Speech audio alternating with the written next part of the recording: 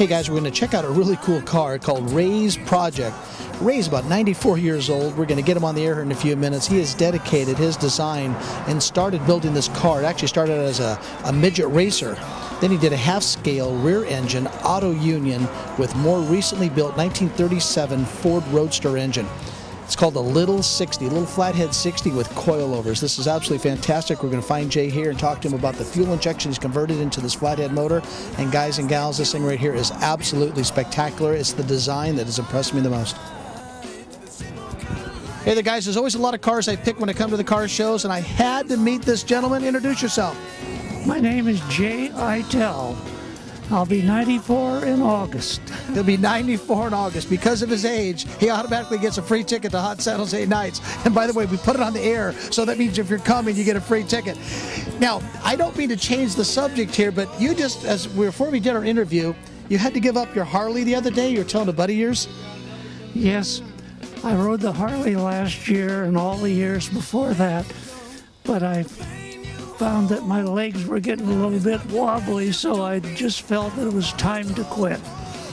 Guys, there is a day you can quit. Jay quits at 94, so he's quitting a little early, but you're just being a little precautious, aren't you? A little cautious. Hey, Jay, tell us a little bit about the car you built. How long it taken you? I know you were kind of teased about that, but tell us about how long it took you. Well, actually, this project really started in 1992. I had the chassis in a warehouse for... Wait, what year? 92. Oh, so 1992. Yeah. Okay.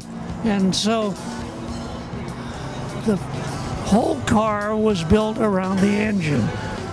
I built race cars before World War II, and when the Ford 60 came out, we used this little 60 V8 in our midget race cars. And so I always wanted to build a street car with a 60 in it, and it took a long time, but here it is. And the engine. But on this little 60, though, this is not really, I mean, this is a 60 in size, but tell me, what did you put on top of this? You put on coilovers?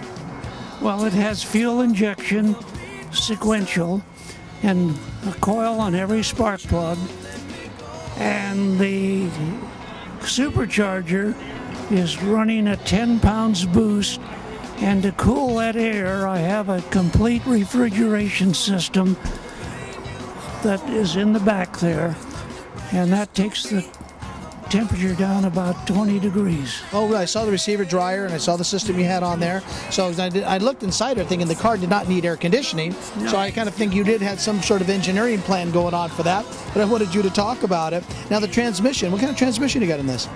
Well, I built the transaxle, and the ring and pinion assembly is a Model A Ford, and the transmission is a 1940 Ford turned 90 degrees with a change gear in the back of it going into the pinion.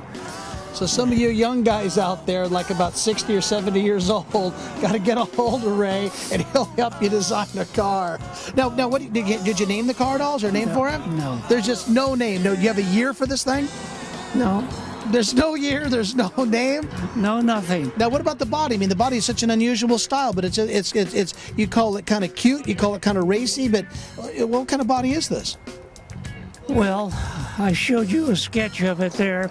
I was sitting in Detroit having lunch with a friend of mine who worked for Chrysler, who was a designer, and I met him on the Milli Miglia years ago. And I said I had this little chassis that I thought, instead of making a half-sized Auto Union Formula One car, I would make a roadster out of it. So I sketched out what I thought it ought to look like. Just like the sketches we're looking at in the book, right? Right. And since the engine is a 1937, I decided to make the car as much as I could be a 37 Ford.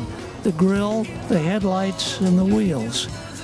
So I sketched this thing out. In 2 weeks, this beautiful drawing that blew and came in the mail, and so I built the body according to that drawing. I think Ray, it's spectacular. I'm picking this as one of my best engineered cars of the show. And I'm not real easy to please. You'll know me as time goes on. I'm not easy to please, but you did a fantastic job in this car. Ray, thanks for being 94. Thanks for being around. We're going to get Ray down at Hot Hennessy, and I'm going to get his car down there, you guys. So stay tuned.